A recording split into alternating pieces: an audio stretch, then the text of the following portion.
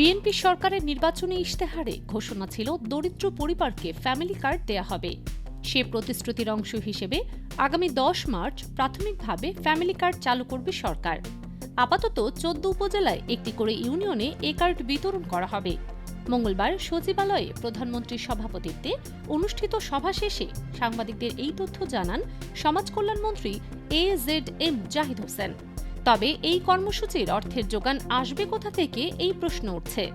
এই বিষয়ে জানতে চাইলে সাবেক সিনিয়র অর্থ সচিব মাহবুব আহমেদ বলেন, এই কর্মসূচি পরিচালনার জন্য চলতি বাজেট থেকে অর্থ বরাদ্দ করা হবে, কিন্তু কোনোভাবেই টাকা ছাপিয়ে এ ধরনের কর্মসূচি বাস্তবায়ন করা সঠিক হবে না, কারণ এতে মুদ্রাস্ফীতি আরেক দফা বেড়ে যাবে।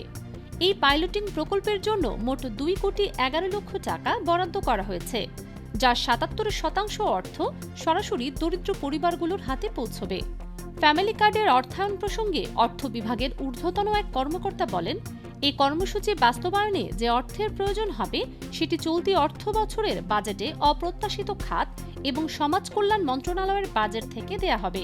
অবশ্য 4,000 কোটি টাকার বরাদ্দ আছে অপ্রত্যাশিত খাতে, ফলে অর্থ নিয়ে কোনো সমস্যা হবে না। IBTV USA, new York.